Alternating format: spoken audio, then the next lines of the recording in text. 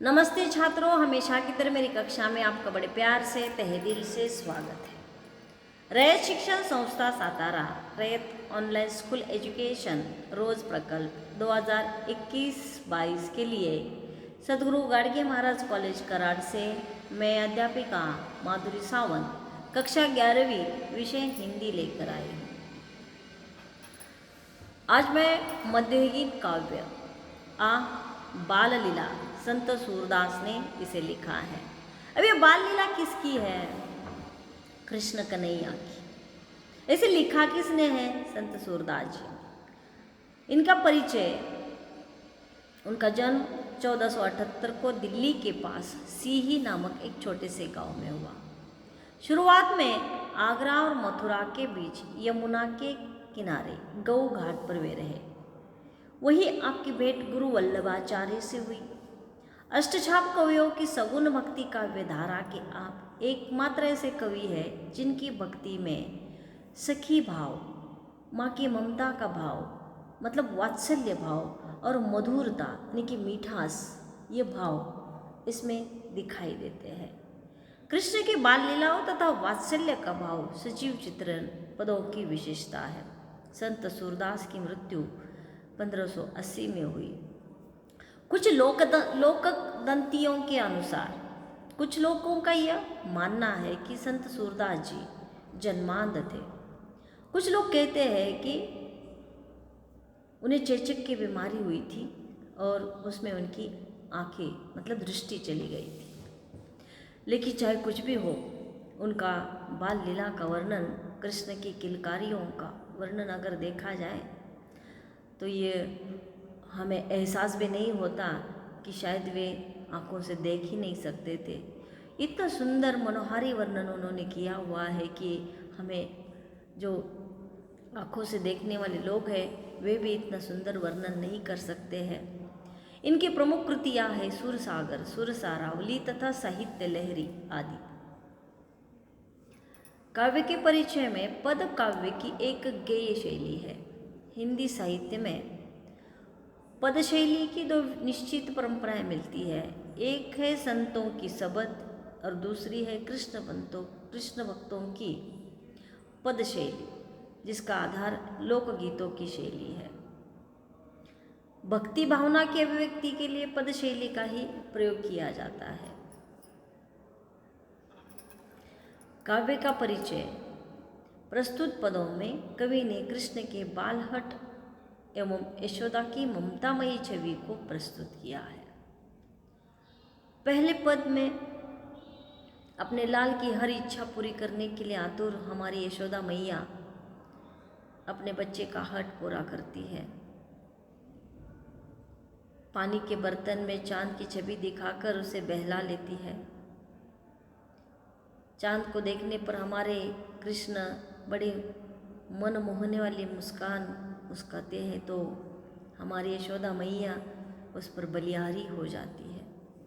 तो दूसरे पद में यशोदा मैया अपने सोए हुए बच्चे को जगाते हुए उसे बहुत प्यार से दुलार रही है। कहती है कि तुम्हारे पसंद की सारी मिठाइयाँ मैंने बनाई है, आपको जो जो अच्छा लगता है सब कुछ बनाया है, बस उठकर उसे खा लीजिए, उनको मनवा रही है।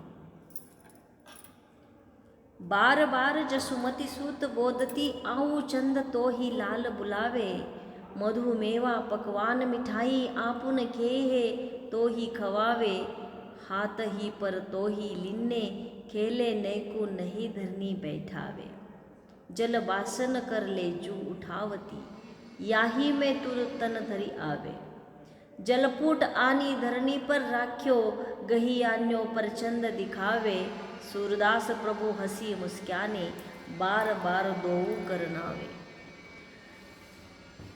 यहाँ पे यशोमती मैया, यशोदा माता हमारी अपने बच्चे से कहती है कि आओ चंद्रमा, मेरा लाल तुम्हें बुला रहा है और मधु मेवा पकवान मिठाई मैंने लाई है, वो खुद भी खाएगा और तुम्हें भी खिलाएगा।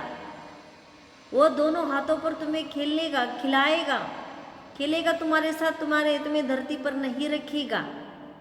ये पानी से भरा हुआ बर्तन है, ये ऊपर की तरफ उठाकर हमारी यशोदा मैया कहती है कि आइए इसमें उतारिए, अपना शरीर रूप धारण करके इसमें आइए, मेरे बच्चे के साथ खेलने के लिए आइए। और जब उनका प्रतिबिंब उसमें छा जाता है तो धीरे से वो बर्तन धरती पर रखते हुए अपने लाल को वो प्रतिबिंब दिखाते हुए कहते हैं कि आइए देखिए आपके साथ कौन खेलने के लिए आया है। तब हमारे ये प्रभु बड़े प्यार से मुस्कुराते हैं, अपने दोनों हाथों से बार बार उस पानी में हाथ डालकर खेलने की कोशिश करते हैं। उनके चेहरे की हंसी देखकर सूरदास जी बेहद खुश हो जाते हैं। यशोदा मैया तो वारी वारी बलिहारी हो जाती है। प्रस्तुत पंक्तियों में संत सूरदास जी ने बालक कृष्ण के हठ और माता यशोदा की चतुराई से उनकी जो बातें हैं उसका मनोहारी चित्रण किया है। एक बार कृष्ण अपनी माँ से चांद को खेलने के लिए मांग कर रोने लगते हैं।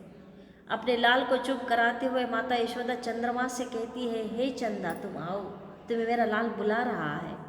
यह मधु मेवा पकवान और ढेर सारी मिठाइयाँ स्वयं खाएगा और तुम्हें भी खिलाएगा, तुम्हें एक क्षण के लिए भी धरती पर नहीं रखेगा। इसके बाद यशोदा माता अपने हाथ में पानी से भरा बर्तन लेकर कहती है, हे चंद्रमा तुम शरीर रूप धारण करके इस बर्तन में आ जाओ। ये कहते हुए उन्होंने पानी से भरे पात्र को धरती पर रख दिया। शांत जल में चंद्रमा का प्रतिबिंब दिखाई दे रहा था। इस पर कृष्ण को बहलाते हुए यशोदा माँ कहती है, मेरे लाल ये देखो तुम्हारे साथ खेलने के लिए मैं चंद्रमा को लेकर आई हूँ। संत सूरदास जी कहते हैं कि प्रभु श्री कृष्ण चंद्रमा का प्रतिबिंब देखकर बहुत ही प्रसन्न हो जाते हैं और पानी के पात्र में बार बार हाथ डालकर चंद्रमा को पकड़ने की कोशिश करने लगते हैं। यह रहा पहला पद। अब दूसरे पद का स्पष्टीकरण। उठिए शाम कलेऊ कीजिए, मनमोहन मुख निरखत जीजे, खारी कदाख खोपरा खीरा, केरा आम ऊख रस हीरा, श्रीफल मधुर चिरौनी आनी, सफरी चूरा और कुबानी, खेवर भेनी और सुहारी, खोवा सहित खाऊ बलिहारी, रुचि पिराक लड्डू दधियानो, तुमको भावत पूरी सेंधानो, तब तमोल रची तमहु खवाओ, सूरदास पवनारी पाओ। यहाँ पर भी अपने मनमोहन को उठाने के लिए माता यशोमता उसे बड़े प्यार से जगा रही है। ये मेरे मन को मोहने वाला मेरा लाल, जिसका मुख देख देख कर मैं अपना जीवन जी रही हूँ, उठिए ना, प्यार से खाना खाइए ना, बहुत देर से आप सो गए हैं। मैंने तुम्हारे लिए खारी दाग कोपरा खीरा केल फल लाए हैं, केले लाए हैं, आम गन्ने का रूस सब कुछ लाया है, जो कि श्रीफल से बने हुई मिठाई लाई है। तुम्हें जो जो पसंद है सब कुछ मैं लेकर आई, घेवर फेनी सुहारी खोवा सहित जो कि खाने के लिए तुम्हें बलहारी जो तुम चाहते हो, जो तुम्हें पसंद है वह सब खाइएगा। रुचि पिरा का लड्डू दधियानो, सब तरह के लड्डू बनाए हैं। तुमको अच्छा लगता है ना कि सेंधानों के साथ पूरी खाना, तब तमोल रची तुम ही खाओ। तब तुम्हारे खाना समाप्त करने के बाद मैं तुम्हारे लिए पान भी बनाऊंगी और तुम पान भी खाओगे। सूरदास कहते कि वो जो पान माँ ने बनाया है वो अगर मुझे भी मिलेगा तो मैं भी बहुत ही खुश नसीब समझूंगा अपने आप को। बालक कृष्ण को कलेवा कराने के लिए माता यशोदा किस तरह से मनोहार कर रही है, उसका मन भावन वर्णन प्रस्तुत पंक्तियों में संत सूरदास जी ने किया है। माता यशोदा अपने लाल को उठाते हुए कहती है, हे श्याम उठो और कलेवा कर लो, मैं तुम्हारा ही मुख देख देख कर जी रही हूँ। हे मेरे लाल देखो, मैं तुम्हारे लिए छुआरा किशमिश गरी खीरा केला आम ईख का रस और शीरा सब कुछ लाई हूँ।